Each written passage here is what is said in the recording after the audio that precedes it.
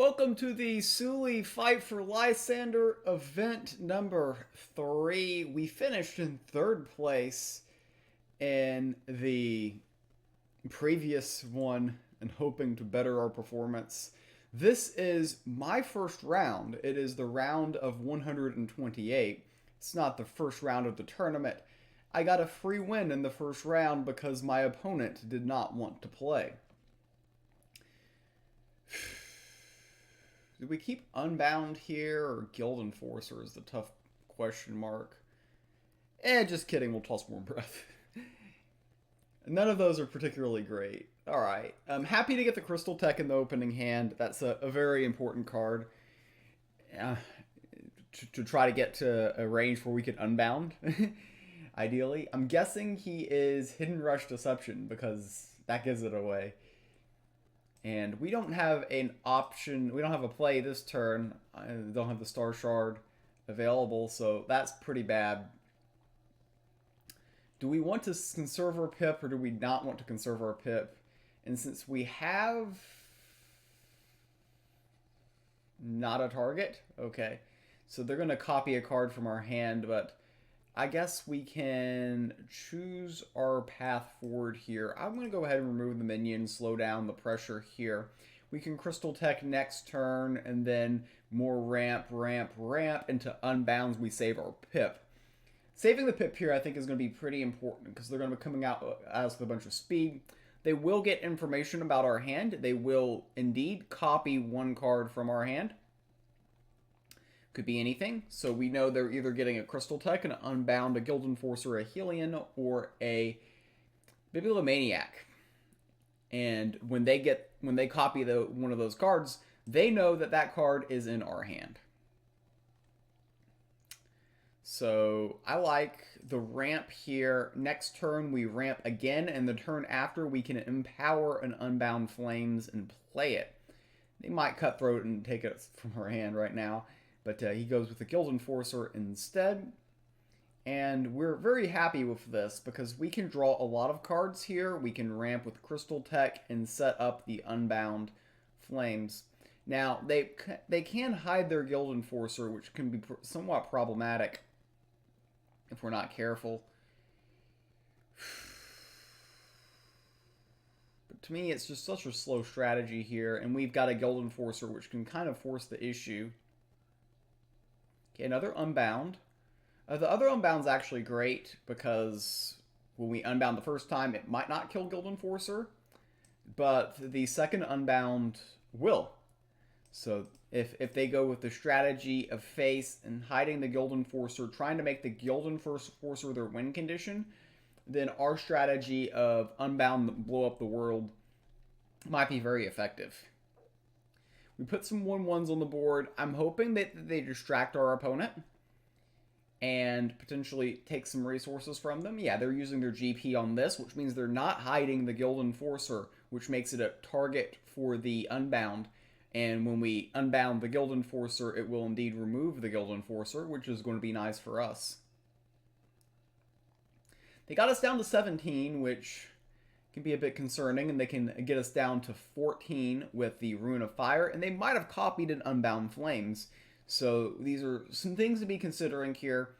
They might have copied, their Guild Enforcer Shadow, ours is not. So they did not copy that copy of Guild Enforcer. They could easily have a Helion in hand, though. Something to keep in mind. We're definitely going to... I'm going to play this Unbound Flames. Actually. I can save my pip now. I can place No Satiable Palace, give up these two for this, and yeah, we don't have to commit. We don't have to commit to the Unbound. They might know we have it, and they might not. You could argue that this was a bad play because they could have copied the Helion, but with the ramp, I should get out the Helion first. I'm happy to provoke the Rune of Fire. And an Armor Lurker in play. Those are pretty annoying. It's got some options this turn. I like getting the Rune Moth out here, and we can go face with the Lay Horde, kill this, not commit to our Unbound yet. And what I think is going to happen is they're probably going to hide this hit here, and then this can kind of resolve the situation. Getting the Rune of Life is not bad. And we've conserved our pip to where we can play Helion on 8, which could be key here. Though we have to be aware that they might have Helion in their hand because of the pickpocket may have copied this. Another option we had last turn was playing the Crystal Text with the idea of ramping into Helion. But I thought that getting the Caloris Rune Moth on the board with a slight bit of protection, I mean, it's not completely protected because the GP can just hit there and then they can peel here. But they go ahead and trade. This might signal that they have a Bound by Her Will, which is a common card that they could have in this situation. Ludia's Dedicant, they're going to hide Ludia's Dedicant, copies a card from my list.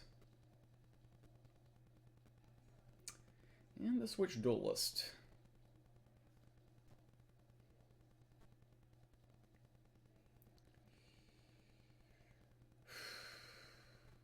Man, if I had the Rune of Strength, I could play that here, and everything would be great. So what I'm going to do here is I'm just going to burn the Rune of Life to clear space for my hand, because I plan on buying from the Sanctum here. Just eliminate their board. They're pushing a little bit too much for my liking. And we'll go ahead and buy from the Sanctum. It might open up something good for them, or it most likely won't. Okay, Flame of the Second Shattering. This can be very relevant when we get to 9 mana. One of our finishers. And we've got a lot of action in hand now. This might be a turn that they go for the Cutthroat, because they might know we have Helion in hand. And now would be a good time to go for it if they have it.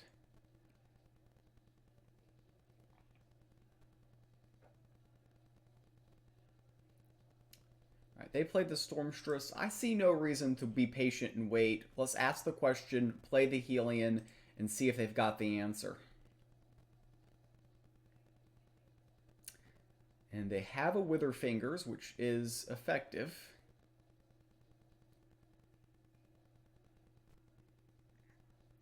So I have two ways to deal with the Wither Fingers. I can give up Unbound Flames, or I can Worm Breath and deal with it that way. I can also just play a second Helion. I like this. Just play a second Helion. Say, you've got a Wither Fingers that's cute. I've got 2 Helions.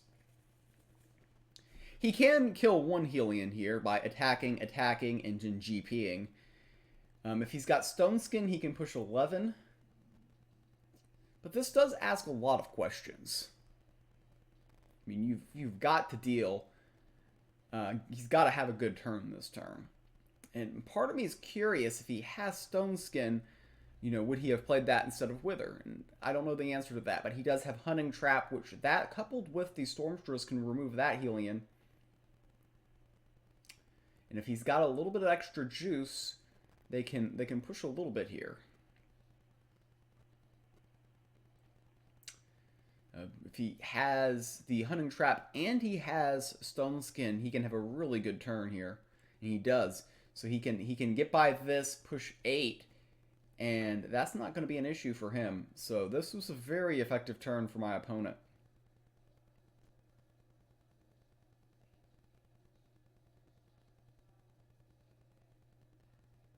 He can hide this too. Probably the play to hide the Wither Fingers, though we Unbound to weaken it. He might have Lethal, though. It might have been a misplay to play the Helion.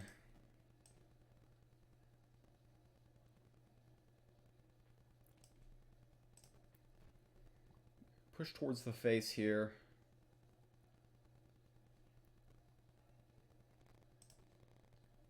can he push lethal? Yeah, he already played the Rune of Fire this game. That's 3 points of burst. We have another Unbound, which can save us here. If he goes with hidden stuff. And he's definitely going to push the 8 points of damage, which is as expected. Oh, he copied Unbound from us. So yeah, we lose game number 1 here. Game number 1 did not go our way, so our backs are up against the wall here, and I am going to be playing basically the same deck that he just played against me. I'm like, cool, you won with Control Deception? I'm coming at you with Control Deception, and he is playing Death. So my assumption is that it's Zombie Death. In this format with no Genesis, is just very unlikely to be a Nubians. So my assumption would be Zombie Death. Hunting Trap, not super useful in the opener, not huge to this. Just not a good opening mulligan here. Double Carriage is a line. Blade Bar, just not super useful in this matchup. Yeah, it's not a good mulligan here at all. Just did not work out the way we wanted it to. And they're going to come at us with some speed. Trading 1-drop for 1-drop is cringe. I get it. It looks like a bad play. I also get that. But we're trading 1 for 1 here, and I just don't want to get blown off the board. And that just really is my fear at the moment. Can play Ludia's Dedicant and ask the question, does he have Hunting Trap? The answer is usually yes. I mean, not Hunting Trap. The Blight Bomb. Yeah, Blight Bomb. Very likely to Blight Bomb this. But maybe it slows his tempo down is part of the reason why we're doing it. Yeah, we knew that was a possibility. But then he can't necessarily run into Carriage and Blight Bomb the Carriage. And we baited him to Pip, but he has the Necroscepter. We really need to draw our counterfeit. We've got 2 of them in our deck. And that is not one of them. Guild Enforcer is not really bad, particularly because we're baiting with this Carriage. Might draw removal with the Carriage, and Guild Enforcer is actually a bigger question to ask. We've already baited 1 Blight Bomb, so this is not a bad card to have.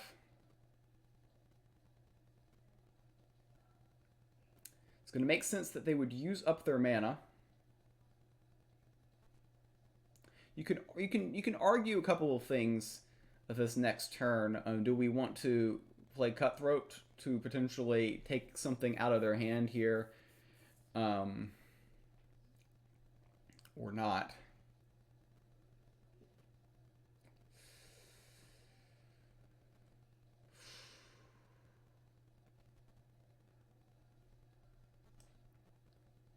I'm going to conserve my Pip. This might be somewhat questionable, but I think it gives me more options later in the game. Took one of their Afterlife minions off the board. Because leaving them with the zombies can lead to some spatial issues for them. I gain nothing by really going face because of all the leech he has. I need to find one of my not cutthroats. I need to find one of my counterfeits. I've got 2 in the deck. Haven't drawn 1 yet, though. Could have argued to leave these Voracious Fiends out there, because I do run Umber Arrows, and these are great targets for Umber Arrow, but at the moment we do not have those. If I can put 1/1 zombies on their board, we're happy with that, because, ooh, this is a problem. Nethersworn Lord is a must remove. And he can just, yeah, flat pass here, which just, it makes a lot of sense.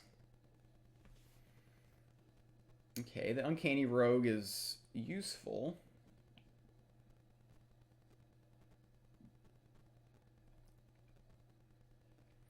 Can put it on here.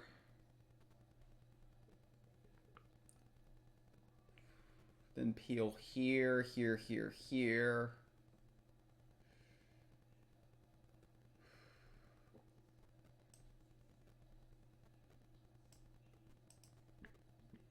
Not really what I wanted to do, but my options have not been very good this game. Would really, really, really have liked to have gotten counterfeit, but now they're getting the zombies. We do not have Rapture Dance yet in this game, which is disappointing as well. So we haven't drawn any of our key cards that we would want in the spot. You could argue that maybe I should Cutthroat to hope to squeak out like a Bifurcating Curse or something. But we have provoked the second Blight Bomb. They're going to be able to push 9 points of damage here, and we're in a really tough spot.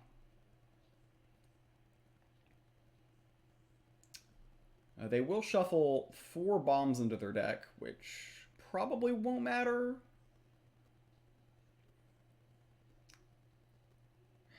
Because they're pushing 9. We're almost dead to Corpse Explosion in so many lines here. Really need to top deck a Rapture Dance. That would be good for us.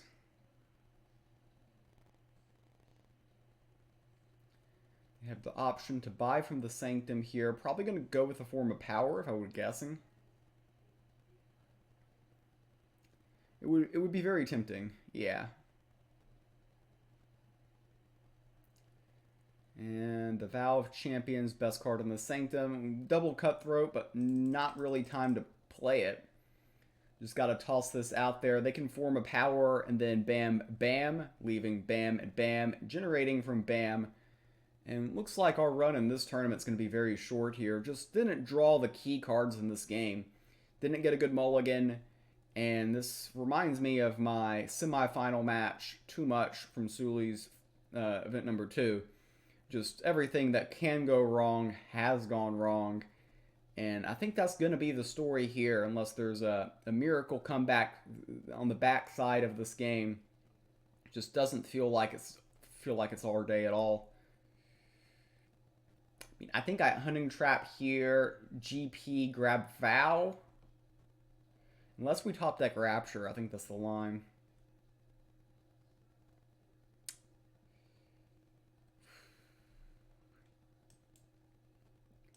Yeah, this line's pretty much forced.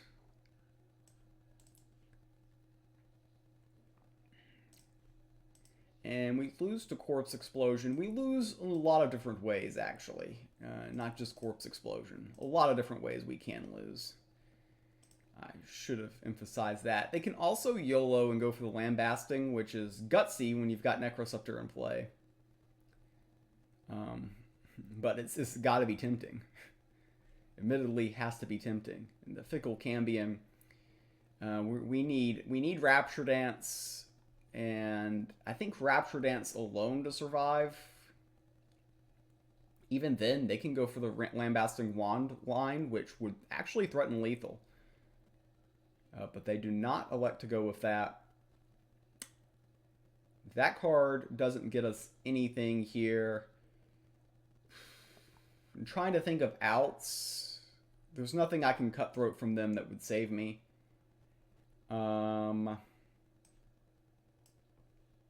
Yeah, I don't really even know here. Sure, we'll give them 3 favor. What can go wrong? I will... I don't know. I don't think it really matters. And very quick exit for this tournament. Less content for the YouTubers.